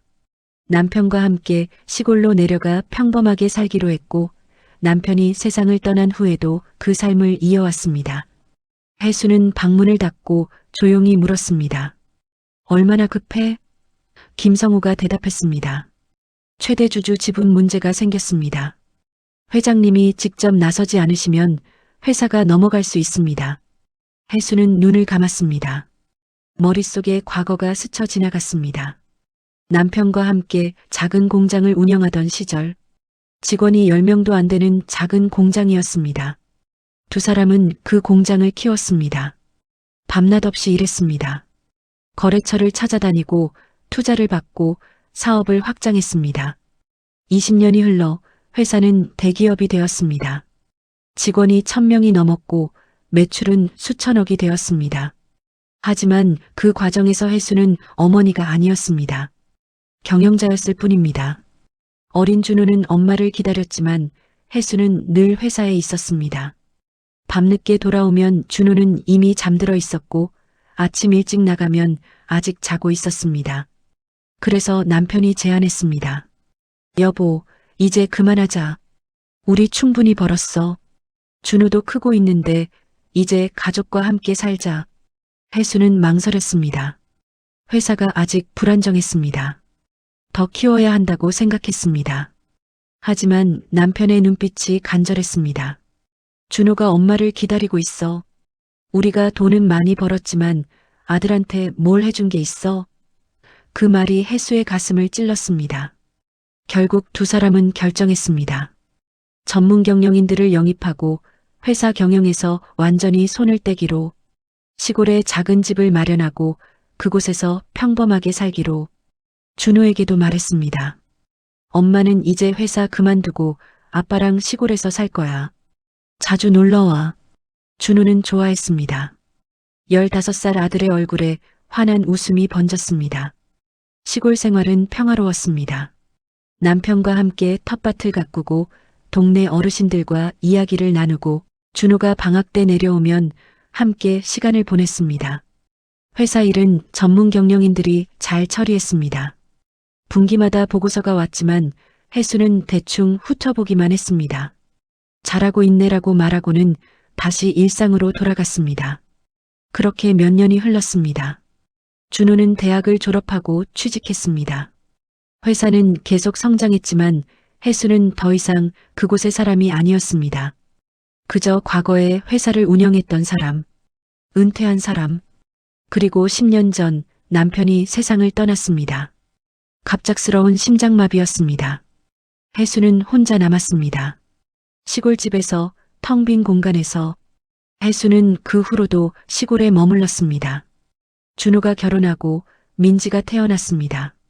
명절이면 아들 가족이 내려왔습니다. 하루 이틀 묵다가 돌아갔습니다. 선영은 처음부터 시골을 좋아하지 않았습니다. 공기는 좋은데 불편해요라고 말했습니다. 준호는 미안한 표정을 지었지만 어쩔 수 없었습니다. 혜수는 괜찮다고 했습니다. 혼자 사는 게 익숙했습니다. 그렇게 몇 년이 더 흘렀습니다. 그러다 1년 전 준호가 제안했습니다. 어머니, 우리랑 같이 사세요. 혼자 계시지 마시고. 혜수는 망설였습니다. 시골 생활이 편했습니다. 하지만 손녀 민지가 보고 싶었습니다. 명절에만 보는 아이가 아니라 매일 얼굴을 보고 싶었습니다. 그래, 같이 살자. 혜수는 그렇게 대답했습니다. 서울로 올라올 때 혜수는 옷까지만 챙겼습니다. 과거의 흔적은 모두 시골집에 두고 왔습니다. 정장도 명함도 회사 서류도. 혜수는 평범한 할머니로 살고 싶었습니다. 아들 가족에게도 그저 시골에서 온 할머니로 보이고 싶었습니다. 돈과 지위가 아니라 진심으로 가족이 되고 싶었습니다. 준호도 어머니가 과거에 회사를 했다는 것만 알았을 뿐 구체적인 규모나 현재 상황은 몰랐습니다. 혜수가 말하지 않았기 때문입니다. 옛날에 아빠랑 작은 사업 했었어. 이제는 다 정리했고라고만 했습니다. 선영은 더더욱 몰랐습니다. 그저 시골에서 온 평범한 시어머니로만 알았습니다. 혜수는 그것으로 충분하다고 생각했습니다. 하지만 현실은 잔인했습니다. 김성호의 목소리가 다시 들렸습니다. 회장님 계십니까? 혜수는 정신을 차렸습니다. 무슨 일인지 자세히 말해봐. 김성호가 설명하기 시작했습니다. 회장님께서 보유하신 지분이 최대주주 지분입니다. 그런데 최근 적대적 M&A 시도가 있었습니다. 회장님 명의로 되어 있는 지분에 대한 법적 문제를 제기하면서 복잡한 이야기였습니다. 하지만 요점은 하나였습니다. 혜수가 직접 나서서 지분을 확인하고 법적 절차를 밟지 않으면 회사를 빼앗길 수 있다는 것. 혜수는 한숨을 쉬었습니다. 알았어. 내일 오전 10시에 회사로 갈게. 김성우가 안도한 목소리로 대답했습니다. 감사합니다, 회장님. 전화를 끊고 혜수는 침대에 앉았습니다. 손이 떨렸습니다. 12년 동안 잊고 살았던 이름. 회장. 그 무게가 다시 어깨를 짓눌렀습니다. 저녁 식사 시간, 준호가 평소보다 일찍 들어왔습니다. 얼굴이 어두웠습니다. 식탁에 앉자마자 한숨을 쉬었습니다. 선영이 물었습니다. 왜 그래? 무슨 일 있어? 준호가 대답했습니다. 회사에서 큰 문제가 생겼어. 선영이 다시 물었습니다. 무슨 일인데? 준호는 잠시 망설이다가 말했습니다. 프로젝트 투자자가 갑자기 손을 뺀다고 해. 이미 선투자한 금액도 크고 이번 주 안에 대체 투자자를 못 구하면 말을 잇지 못했습니다. 선영의 얼굴이 굳었습니다. 그럼 어떻게 되는 건데? 준호가 고개를 떨구었습니다. 최악의 경우 회사가 위험할 수도 있어. 혜수는 조용히 그 대화를 들었습니다. 아들의 어깨가 축 처져 있었습니다. 혜수는 밥을 먹다 숟가락을 내려놓았습니다. 아들이 힘들어하는 모습을 보니 가슴이 아팠습니다. 과거가 떠올랐습니다. 어린 준호가 혼자 밥을 먹던 모습. 학교 운동회에 갔더니 준호만 혼자 앉아있던 모습. 엄마는 어디 가셨어? 라고 물어봤지만 혜수는 늘 회사에 있었습니다. 거래처 미팅, 투자 유치, 공장 확장. 해야 할 일이 산더미였습니다. 준호는 자라면서 엄마에게 기대하지 않게 되었습니다. 혼자 하는 법을 배웠습니다. 혜수는 그런 아들을 보며 미안했습니다. 돈을 많이 벌었지만 엄마 역할은 하지 못했습니다. 그래서 시골로 내려갈 때 다짐했습니다. 이제부터는 평범한 엄마로 살겠다고. 하지만 너무 늦었습니다. 준호는 이미 컸고 혜수에게 기대하지 않았습니다. 준호가 다시 말했습니다. 투자금 규모가 너무 커. 100억 넘게 필요한데 은행 대출도 한계가 있고. 선영이 놀란 표정으로 물었습니다. 100억? 그렇게나? 준호가 고개를 끄덕였습니다. 혜수는 잠시 생각했습니다. 100억? 대한홀딩스 입장에서는 큰 금액이 아니었습니다. 하지만 지금 그 말을 할 수는 없었습니다. 아들은 혜수가 그런 돈을 가지고 있다는 것도 그런 회사를 소유하고 있다는 것도 몰랐습니다. 혜수는 조용히 밥을 먹었습니다. 준호가 한숨을 쉬었습니다. 방법을 찾아봐야지. 어떻게든. 선영이 준호의 손을 잡았습니다. 괜찮아질 거야. 당신이 잘 해결할 거야. 혜수는 식탁에서 일어났습니다. 먼저 들어갈게. 준호가 혜수를 봤습니다. 어머니, 괜찮으세요? 혜수는 고개를 끄덕였습니다. 괜찮아. 너나 잘 해결해. 그리고 방으로 들어갔습니다. 방에 들어와 옷장을 열었습니다. 깊숙이 넣어뒀던 옷들이 보였습니다. 깔끔하게 다려진 정장, 하얀 블라우스, 가죽 구두. 12년 전 마지막으로 입었던 옷들이었습니다. 혜수는 그 옷들을 꺼내 침대 위에 놓았습니다. 먼지가 조금 묻어 있었습니다. 손으로 털어냈습니다. 그리고 거울 앞에 섰습니다. 거울 속 자신을 봤습니다. 낡은 점퍼를 입은 할머니가 아니라 회장 혜수가 보였습니다. 혜수는 눈을 감았습니다. 숨을 깊게 들이마셨습니다. 12년간 잊고 살았던 자신을 다시 꺼내는 일이었습니다. 쉽지 않았습니다. 하지만 어쩔 수 없었습니다. 회사를 지켜야 했습니다. 1000명이 넘는 직원들을 위해서, 그리고 아들을 위해서 혜수는 결심했습니다. 내일 회사에 가겠다고, 12년 만에 회장실에 앉겠다고. 다음 날 아침 혜수는 일찍 일어났습니다. 정장을 입고 머리를 단정하게 빗었습니다. 화장도 했습니다. 오랜만이었습니다. 거울을 보니 낯선 자신이 보였습니다. 아니, 낯설지 않았습니다. 원래의 자신이었습니다. 혜수는 방문을 열고 나갔습니다. 거실에서 선영이 아침 준비를 하고 있었습니다. 혜수를 보고 깜짝 놀랐습니다. 눈이 휘둥그레졌습니다. 어머니, 어디 가세요? 그렇게 차려입고? 혜수가 대답했습니다. 볼 사람 있어. 선영이 다시 물었습니다. 누구요? 무슨 일이세요? 혜수는 대답하지 않았습니다. 현관으로 향했습니다. 신발장에서 가죽 구두를 꺼냈습니다. 12년 동안 신지 않았던 구두였습니다. 신발을 신으며 선영을 돌아봤습니다. 저녁까지는 올게. 선영은 당황한 표정으로 혜수를 바라봤습니다. 입을 벙긋거렸지만 말이 나오지 않는 것 같았습니다. 아파트 밖으로 나왔습니다. 택시를 잡아탔습니다. 기사에게 주소를 말했습니다. 여의도 대한빌딩. 기사가 백미러로 혜수를 봤습니다. 대한빌딩이요? 큰 회사 있는데 아닙니까? 혜수는 고개를 끄덕였습니다. 기사는 더 이상 묻지 않고 출발했습니다. 차는 도심으로 향했습니다. 창밖으로 익숙한 풍경이 지나갔습니다. 한강이 보였습니다. 고층 빌딩들이 늘어선 거리. 12년 전에는 매일 보던 풍경이었습니다. 혜수는 창밖을 보며 생각했습니다. 자기가 지금 무엇을 하는 건지, 다시 회장으로 돌아가는 건지, 아니면 그저 위기를 해결하고 다시 평범한 할머니로 돌아올 건지. 혜수는 알 수 없었습니다. 다만 한 가지는 확실했습니다. 더 이상 자존감을 잃고 살 수는 없다는 것. 더 이상 투명한 존재로 살 수는 없다는 것. 손녀 민지에게 떳떳한 할머니를 보여주고 싶다는 것. 차가 대한빌딩 앞에 멈췄습니다. 혜수는 요금을 내고 내렸습니다. 빌딩을 올려다봤습니다. 30층 건물이었습니다. 꼭대기에 대한홀딩스라는 간판이 보였습니다. 남편과 함께 세운 회사였습니다. 작은 공장에서 시작해 20년 만에 대기업으로 만든 회사. 혜수는 빌딩 입구로 걸어갔습니다. 로비에 들어서자 젊은 경비원이 인사했습니다. 안녕하십니까? 혜수의 얼굴을 알아보지 못했습니다. 당연했습니다. 12년이 흘렀으니까요. 혜수는 고개를 끄덕이고 엘리베이터로 향했습니다.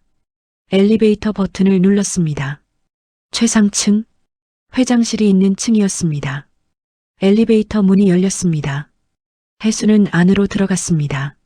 문이 닫히고 엘리베이터가 올라가기 시작했습니다. 혜수는 거울에 비친 자신을 봤습니다. 회장 혜수가 서 있었습니다. 12년 동안 잊고 살았던 자신. 하지만 이제 다시 돌아온 자신.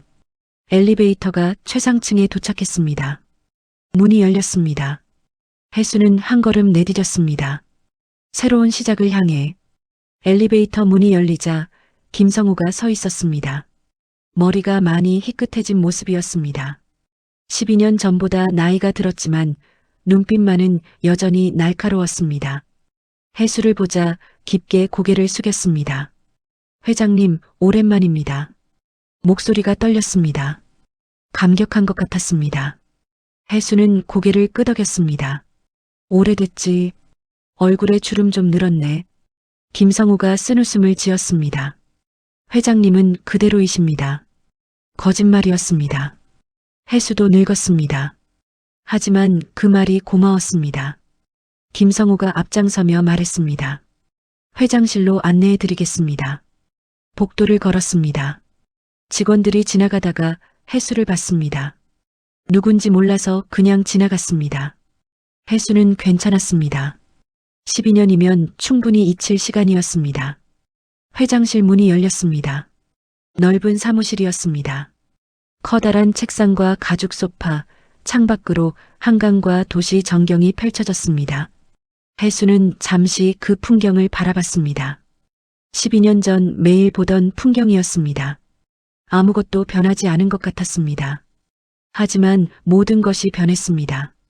해수는 책상으로 걸어가 앉았습니다. 의자가 몸에 맞았습니다. 12년이 지났지만 여전히 자기 자리였습니다. 김성우가 서류를 가져왔습니다. 상황 보고서입니다. 해수는 서류를 펼쳤습니다. 차근차근 읽어 내려갔습니다. 복잡한 법률 용어들이 가득했지만 이해할 수 있었습니다. 평생 이런 서류를 봐왔으니까요. 요점은 명확했습니다. 누군가 해수의 지분에 대해 법적 소송을 걸었고 해수가 실제 소유주임을 증명하지 못하면 회사를 빼앗길 수 있다는 것. 해수는 서류를 덮고 김성우를 봤습니다. 누가 이런 짓을 했어? 김성우가 대답했습니다. 경쟁사로 추정됩니다. 회장님께서 오랫동안 경영에서 손을 떼셨다는 것을 알고 기회를 노린 것 같습니다. 해수는 고개를 끄덕였습니다. 예상했던 일이었습니다. 12년 동안 회사를 비웠으니 누군가는 틈을 노릴 수밖에 없었습니다. 법무팀은 뭐라고 해? 김성우가 대답했습니다. 회장님께서 직접 나서셔서 주주총회를 소집하고 지분을 재확인하는 절차를 밟아야 한다고 합니다. 해수는 잠시 생각했습니다. 주주총회. 그것은 자신이 회장임을 공개적으로 드러내는 일이었습니다. 더 이상 숨을 수 없다는 뜻이었습니다. 해수는 결심했습니다. 좋아. 주주총회 준비해. 이번 주 금요일로 잡아. 김성우가 놀란 표정을 지었습니다. 이번 주 금요일이요? 너무 빠른 거 아닙니까? 해수가 대답했습니다. 빠를수록 좋아. 상대방이 더 준비하기 전에 끝내야지. 김성우는 고개를 끄덕이고 나갔습니다. 해수는 혼자 남았습니다. 창밖을 바라봤습니다. 한강 위로 배들이 지나가고 있었습니다. 느리게 조용히. 해수는 생각했습니다. 이제 돌이킬 수 없다고. 주주총회가 열리면 언론에 보도될 것입니다. 대한홀딩스 창립자 해수가 12년 만에 복귀했다고. 그러면 아들도 알게 될 것입니다. 며느리도. 모든 사람이. 해수는 잠시 불안했습니다. 아들이 뭐라고 할까요? 왜 말하지 않았냐고 화를 낼까요? 하지만 어쩔 수 없었습니다. 이미 결정한 일이었습니다. 해수는 휴대폰을 꺼냈습니다. 준호에게 전화를 걸려다가 멈췄습니다. 지금 말하는 게 맞을까요? 아니면 주주총회 후에 말하는 게 맞을까요? 해수는 망설이다가 휴대폰을 내려놓았습니다. 나중에 직접 만나서 말하기로 했습니다. 오후 내내 해수는 회사 일을 봤습니다. 밀린 보고를 받고 임원들을 만나고 중요한 결정을 내렸습니다. 오랜만이었지만 손에 익은 일이었습니다. 해수는 일하는 동안 살아있음을 느꼈습니다. 지난 1년간 잃어버렸던 자신을 되찾은 기분이었습니다. 투명한 존재가 아니라 필요한 사람, 존중받는 사람. 저녁 무렵 김성우가 다시 들어왔습니다. 회장님, 한 가지 더 말씀드릴 게 있습니다. 해수가 고개를 들었습니다. 김성우가 조심스럽게 말했습니다. 준호 이사님 회사 건입니다. 해수는 놀랐습니다. 준호를 알아? 김성우가 고개를 끄덕였습니다. 예, 회장님 아드님이시니까요. 최근 투자건으로 어려움을 겪고 계신다고 들었습니다. 혜수는 잠시 침묵했습니다. 김성우가 계속 말했습니다. 검토해봤는데 좋은 프로젝트입니다. 투자 가치가 충분합니다. 혜수가 물었습니다.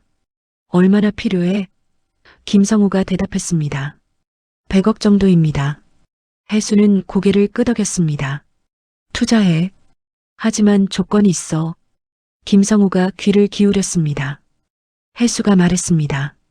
내가 투자한다는 걸 준호한테 말하지 마. 그냥 일반 투자로 처리해. 김성우가 놀란 표정을 지었습니다.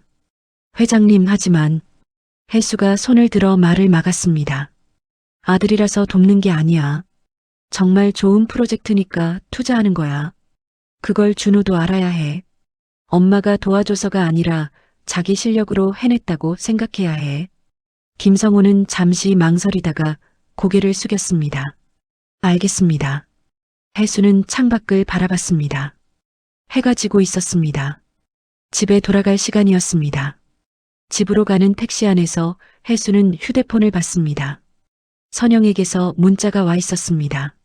어머니, 저녁 드시고 오세요? 혜수는 답장했습니다. 먹고 갈게. 택시가 아파트 앞에 도착했습니다. 혜수는 차에서 내려 로비로 들어갔습니다. 엘리베이터를 탔습니다. 거울에 비친 자신을 봤습니다. 정장을 입은 모습이 낯설지 않았습니다. 오히려 자연스러웠습니다. 집 앞에 도착해 초인종을 눌렀습니다. 문이 열렸습니다. 선영이 나왔습니다. 혜수를 보는 눈빛이 복잡했습니다. 궁금증과 불안이 섞여 있었습니다. 어머니, 어디 다녀오신 거예요? 혜수는 신발을 벗으며 대답했습니다. 볼 사람 봤어. 선영이 다시 물었습니다. 누구요? 무슨 일이세요? 혜수는 대답하지 않고 거실로 들어갔습니다. 준호가 소파에 앉아 있었습니다. 노트북을 보고 있었는데 혜수를 보고 고개를 들었습니다. 어머니, 어디 다녀오셨어요? 혜수는 소파에 앉으며 대답했습니다. 그냥 볼 일 있어서. 준호가 혜수의 정장 차림을 보며 물었습니다. 무슨 일이세요? 평소랑 다르게 옷도 그렇게 입으시고. 혜수는 잠시 망설였습니다. 지금 말해야 할까요? 아니면 주주총회 후에. 혜수는 결정했습니다. 금요일 주주총회 후에 직접 말하기로. 별일 아니야. 오래된 지인 만났어. 준호는 더 이상 묻지 않았습니다. 다시 노트북을 보기 시작했습니다. 표정이 어두웠습니다. 여전히 투자 문제로 고민하고 있는 것 같았습니다. 혜수는 그런 아들을 보며 마음이 아팠습니다. 곧 해결될 거라고 말하고 싶었지만 참았습니다. 민지가 방에서 뛰어나왔습니다. 할머니, 화난 얼굴로 혜수에게 달려왔습니다. 혜수는 민지를 안아 올렸습니다. 우리 민지, 오늘 학교 어땠어? 민지가 신나게 대답했습니다. 좋았어요. 오늘 미술 시간에 그림 그렸는데 선생님이 칭찬하셨어요. 혜수는 웃으며 민지의 머리를 쓰다듬었습니다. 우리 민지 잘했네. 할머니한테 보여줄래? 민지가 고개를 끄덕이고 방으로 뛰어갔습니다. 잠시 후 그림을 들고 왔습니다. 크레파스로 그린 그림이었습니다. 집 그림이었습니다. 그런데 이번에는 네 사람이 그려져 있었습니다. 아빠, 엄마, 민지, 그리고 할머니. 혜수는 그 그림을 보며 눈시울이 뜨거워졌습니다. 민지가 물었습니다. 할머니 예쁘죠? 혜수는 고개를 끄덕였습니다. 응, 정말 예뻐. 할머니가 제일 좋아하는 그림이야. 저녁을 먹고 혜수는 방으로 들어갔습니다. 침대에 앉아 민지의 그림을 펼쳤습니다. 네 사람의 가족. 혜수도 그 안에 포함되어 있었습니다. 손녀의 마음속에는 자기가 가족이었습니다. 혜수는 그림을 가슴에 안았습니다. 이것이 자기가 원했던 것이었습니다. 돈도 지위도 아니었습니다. 그저 가족의 일원으로 인정받는 것, 사랑받는 것. 혜수는 그림을 책상 위에 세워뒀습니다. 그리고 창밖을 바라봤습니다. 금요일이 되면 모든 게 달라질 것입니다. 아들도 알게 되고 며느리도 알게 될 것입니다. 그때 이 가족관계가 어떻게 변할지 혜수는 알 수 없었습니다. 하지만 한 가지는 확실했습니다. 더 이상 숨지 않겠다는 것. 더 이상 투명한 존재로 살지 않겠다는 것. 혜수는 눈을 감았습니다. 금요일을 기다렸습니다. 며칠이 빠르게 지나갔습니다. 혜수는 매일 회사에 나갔습니다. 선영은 의아해했지만 더 이상 묻지 않았습니다. 준호도 자기 일로 바빠서 신경 쓰지 못했습니다. 금요일 아침이 밝았습니다. 주주총회가 열리는 날이었습니다. 혜수는 정장을 입고 집을 나섰습니다. 선영이 물었습니다. 어머니, 오늘도 나가세요? 혜수는 고개를 끄덕였습니다. 응, 중요한 일이 있어. 선영이 다시 물으려 했지만 혜수는 이미 현관문을 나섰습니다. 택시를 타고 회사로 향했습니다. 오늘이 모든 것이 드러나는 날이었습니다. 혜수는 긴장했습니다. 하지만 후회하지 않았습니다. 이것이 옳은 일이었습니다. 택시가 대한빌딩 앞에 도착했습니다. 혜수는 차에서 내려 건물을 올려다봤습니다. 깊게 숨을 들이마셨습니다. 그리고 걸어 들어갔습니다. 떳떳하게 자신의 이름으로. 주주총회장은 긴장감으로 가득했습니다. 대한홀딩스 본사 대회의실에 주주들과 임원들이 모여들었습니다. 언론사 기자들도 몇 명 보였습니다. 적대적 인수합병 시도라는 소문이 퍼졌기 때문이었습니다. 혜수는 회의실 옆 대기실에 앉아 있었습니다. 김성우가 들어와 말했습니다. 회장님, 준비되셨습니까? 혜수는 고개를 끄덕였습니다. 손이 떨렸지만 표정은 평온했습니다. 12년 만에 공식 석상이었습니다. 김성우가 다시 말했습니다. 상대 측 변호사들이 강하게 나올 겁니다. 하지만 저희가 준비한 자료면 충분히 막을 수 있습니다. 혜수는 서류를 다시 한번 확인했습니다. 회사 설립 당시 문서, 지분 이전 기록, 모든 법적 서류. 완벽했습니다. 혜수는 일어섰습니다. 가자. 회의실 문이 열렸습니다.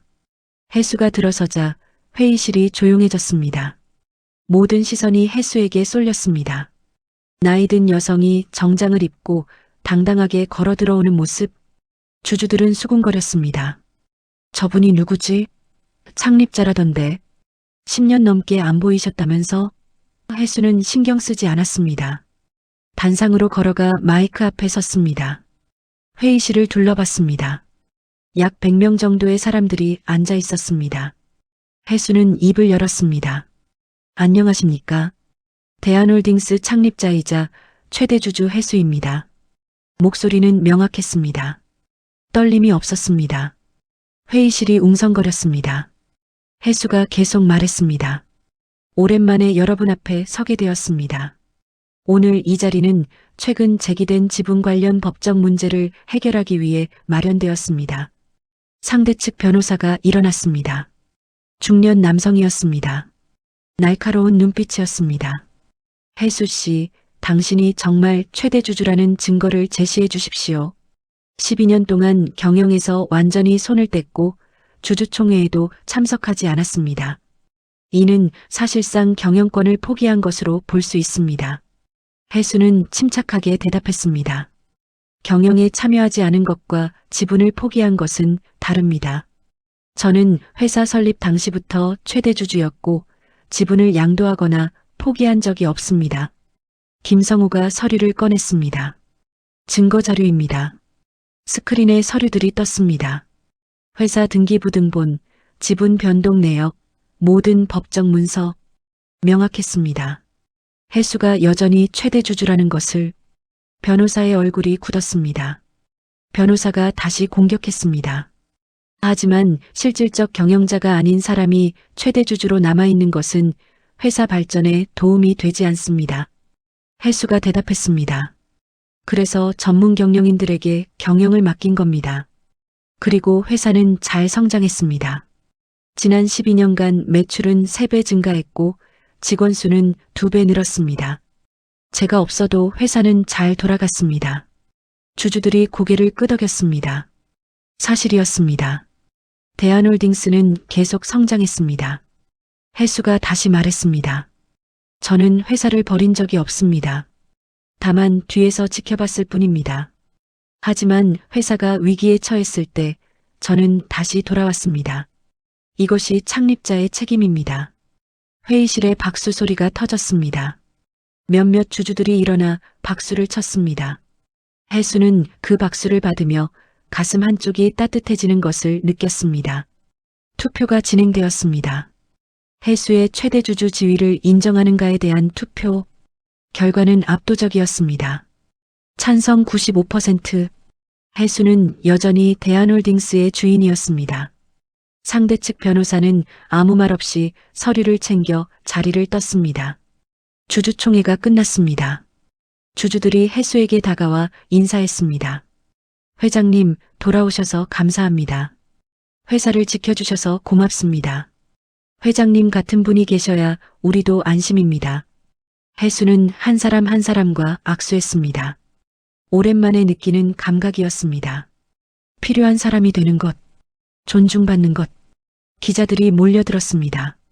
플래시가 터졌습니다. 회장님, 왜 12년 동안 모습을 감추셨습니까? 앞으로 경영에 직접 참여하실 계획입니까? 해수는 짧게 대답했습니다. 개인적인 이유로 물러나 있었습니다. 앞으로의 계획은 천천히 결정하겠습니다. 그리고 회의실을 나왔습니다. 회장실로 돌아왔습니다. 해수는 소파에 앉아 한숨을 쉬었습니다. 긴장이 풀렸습니다. 몸이 무거웠습니다.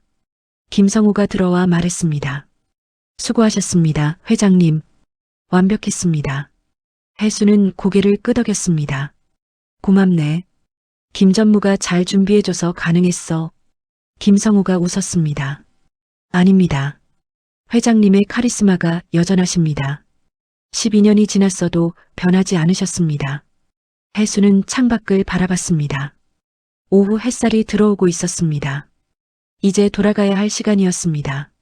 집으로, 아들에게, 며느리에게, 손녀에게 진실을 말해야 할 시간이었습니다. 해수는 일어섰습니다. 나 먼저 갈게. 내일 다시 이야기하자. 김성우가 고개를 숙였습니다. 네, 회장님. 편히 가십시오. 같은 시각, 준우는 회사 사무실에 앉아 있었습니다. 투자자를 찾지 못해 초조한 상태였습니다. 마감이 내일이었습니다. 내일까지 투자자를 구하지 못하면 프로젝트는 무산될 것입니다. 회사도 위험할 것입니다. 준우는 머리를 감싸쥐었습니다. 그때 전화가 울렸습니다. 비서였습니다. 이사님, 투자사에서 연락 왔습니다. 준우가 급하게 물었습니다. 어디요? 비서가 대답했습니다. 대한홀딩스입니다. 투자를 검토한 결과 긍정적으로 결론이 났다고 합니다. 100억 전액 투자 가능하다고 합니다. 준우는 믿을 수 없었습니다. 대한홀딩스, 업계에서 손꼽히는 대기업이었습니다. 정말요? 확실한 겁니까? 비서가 대답했습니다. 네, 계약서를 보내왔습니다. 검토하시고 사인하시면 바로 진행 가능하다고 합니다. 준우는 안도의 한숨을 쉬었습니다. 살았습니다. 프로젝트가 살았습니다. 회사가 살았습니다. 준우는 기쁨도 잠시 문득 궁금해졌습니다. 대한홀딩스가 왜 갑자기 투자를 결정했을까? 검색창에 대한홀딩스를 입력했습니다. 회사 홈페이지를 열어봤습니다. 그때 최신 뉴스가 눈에 들어왔습니다. 대한홀딩스 창립자 해수 12년 만에 복귀 기사를 클릭했습니다. 사진이 떴습니다. 정장을 입고 주주총회장에 서 있는 여성. 준우는 화면을 확대했습니다. 믿을 수 없었습니다.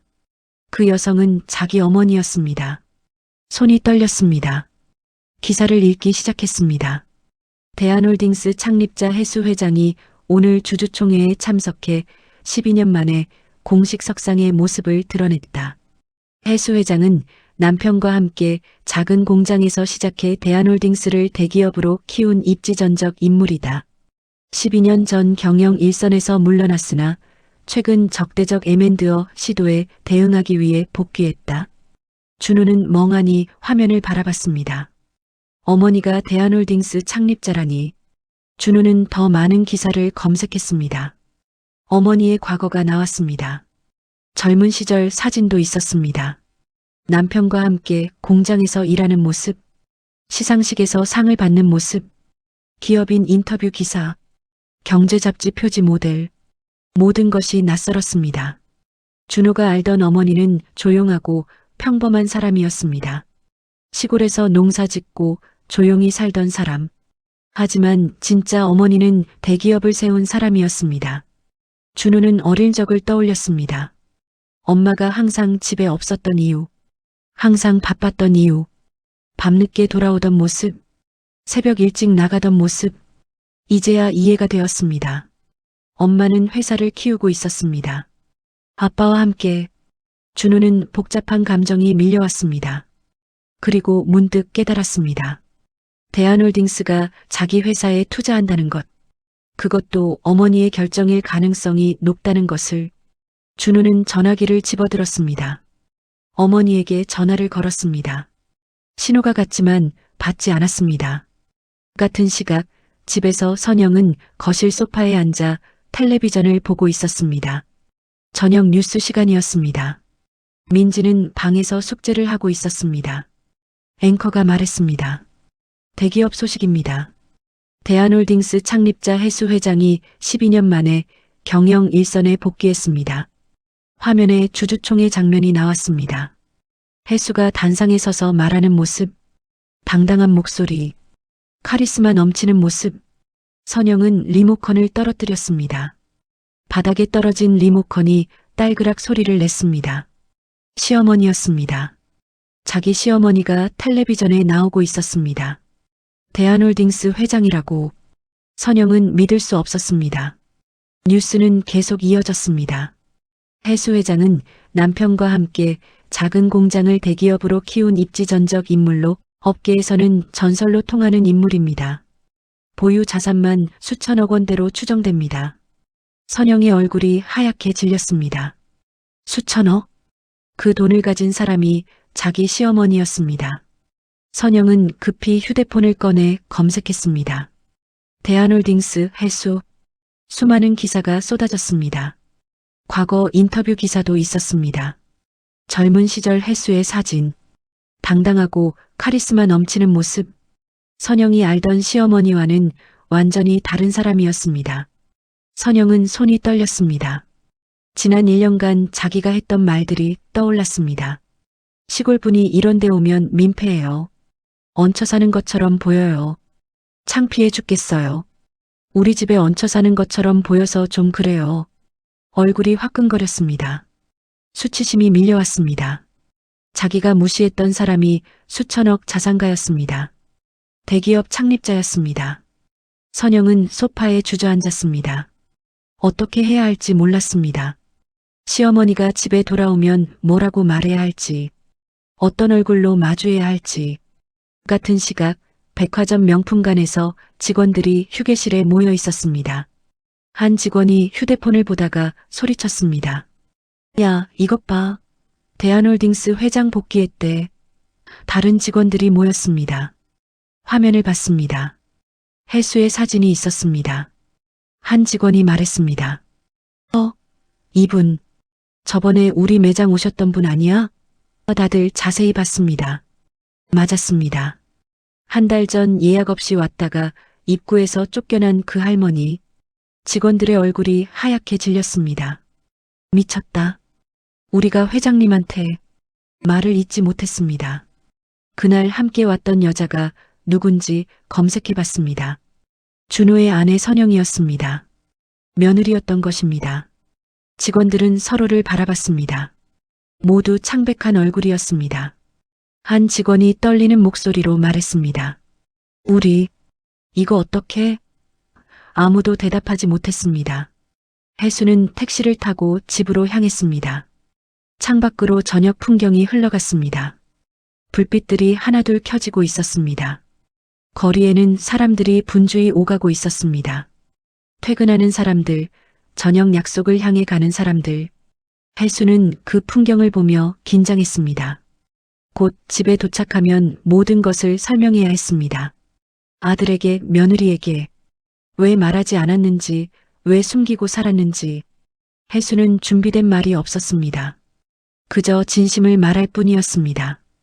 평범한 가족이 되고 싶었다고, 돈이 아니라 사람으로 사랑받고 싶었다고, 하지만 그게 얼마나 어려운 일인지 이제 알게 되었다고. 택시가 아파트 앞에 도착했습니다. 혜수는 차에서 내렸습니다. 로비로 들어가 엘리베이터를 탔습니다. 거울에 비친 자신을 봤습니다. 여전히 정장 차림이었습니다. 더 이상 숨지 않을 것입니다. 엘리베이터가 도착했습니다. 혜수는 복도를 걸어 집 앞에 섰습니다. 깊게 숨을 들이마셨습니다. 초인종을 눌렀습니다. 문이 열렸습니다. 선영이 서 있었습니다. 얼굴이 창백했습니다. 눈이 흔들리고 있었습니다. 입술이 파르르 떨렸습니다. 혜수는 조용히 말했습니다. 들어가도 될까? 선영은 아무 말 없이 뒤로 물러섰습니다. 혜수는 신발을 벗고 안으로 들어갔습니다. 거실에는 텔레비전이 켜져 있었습니다. 뉴스가 나오고 있었습니다. 자기 얼굴이 화면에 크게 나왔습니다. 혜수는 리모컨을 집어 텔레비전을 껐습니다. 거실이 조용해졌습니다. 선영은 소파 옆에 서서 혜수를 바라봤습니다. 입을 열려다 닫았습니다. 무슨 말을 해야 할지 모르는 것 같았습니다. 혜수는 소파에 앉았습니다. 그리고 선영을 봤습니다. 앉아. 이야기 좀 하자. 선영은 천천히 소파에 앉았습니다. 두 사람 사이에 침묵이 흘렀습니다. 시계 초침 소리만 들렸습니다. 혜수가 먼저 입을 열었습니다. 뉴스 봤지? 선영이 고개를 끄덕였습니다. 목소리가 나오지 않는 것 같았습니다. 혜수가 말했습니다. 놀랐을 거야. 미안해. 미리 말했어야 했는데. 선영이 떨리는 목소리로 말했습니다. 어머니. 저는 말을 잇지 못했습니다. 혜수가 손을 들어 말을 멈췄습니다. 괜찮아. 내가 뭐라고 할지 알아. 왜 숨겼냐고 물어볼 거지? 선영은 고개를 숙였습니다. 혜수는 창밖을 바라보며 말을 이었습니다. 나도 그냥 평범하게 살고 싶었어. 회장이 아니라 엄마로, 할머니로. 돈이 아니라 진심으로 가족이 되고 싶었어. 그런데 말끝을 흐렸습니다. 선영은 고개를 들지 못했습니다. 얼굴이 붉어졌습니다. 그때 현관문이 열리는 소리가 들렸습니다. 준호였습니다. 급하게 들어왔습니다. 혜수를 보자 멈춰 섰습니다. 숨이 가빴습니다. 달려온 것 같았습니다. 어머니, 목소리가 떨렸습니다. 혜수는 준호를 봤습니다. 아들의 눈에 눈물이 맺혀 있었습니다. 준호가 다가와 혜수 앞에 섰습니다. 어머니, 왜 말씀 안 하셨어요? 혜수는 일어섰습니다. 미안해, 준호야. 준호가 고개를 저었습니다. 미안하실 것 없어요. 제가 미안해요. 어머니가 얼마나 힘드셨을지 말을 잇지 못하고 울먹였습니다. 혜수는 아들을 안았습니다. 준호가 어머니 품에서 울었습니다. 오랜만에 느끼는 온기였습니다. 혜수도 눈시울이 뜨거워졌습니다. 하지만 참았습니다. 아들을 토닥이며 말했습니다. 괜찮아. 다 괜찮아. 그때 민지가 방에서 나왔습니다. 거실의 분위기를 보고 멈춰 섰습니다. 할머니, 아빠. 혜수는 준우를 놓고 민지를 봤습니다. 민지가 다가왔습니다. 할머니, 왜 우세요? 혜수는 웃으며 민지를 안아 올렸습니다. 안 울어. 할머니 안 울어. 민지가 혜수의 뺨을 만지며 말했습니다. 근데 할머니, 텔레비전에 나오셨어요? 친구가 그러는데. 혜수는 민지의 머리를 쓰다듬었습니다. 그래, 할머니가 나왔어. 민지가 신기한 표정으로 물었습니다. 할머니 유명해요? 혜수는 웃었습니다. 글쎄, 옛날에 일 좀 했어. 민지가 환하게 웃었습니다. 우와, 우리 할머니 대단하다. 그 순간 혜수는 모든 게 괜찮아질 거라고 느꼈습니다. 손녀의 순수한 웃음 앞에서 모든 어려움이 작아 보였습니다. 여러분, 긴 이야기 끝까지 들어주셔서 고맙습니다. 혜수 할머니의 이야기 어떠셨나요? 평범하게 살고 싶었던 한 사람의 마음이 여러분께도 전해졌을까요? 가족이란 게 참 어렵습니다. 돈이 있어도 없어도 서로를 이해하고 존중하는 게 쉽지 않죠. 여러분이라면 혜수 할머니 같은 상황에서 어떻게 하셨을 것 같으세요? 댓글로 여러분의 생각을 나눠주시면 정말 감사하겠습니다. 그리고 이 이야기가 마음에 드셨다면 구독과 좋아요 부탁드립니다. 여러분의 작은 관심이 더 좋은 이야기를 만드는 힘이 됩니다. 다음 이야기에서 또 만나요. 건강하시고 늘 행복하세요.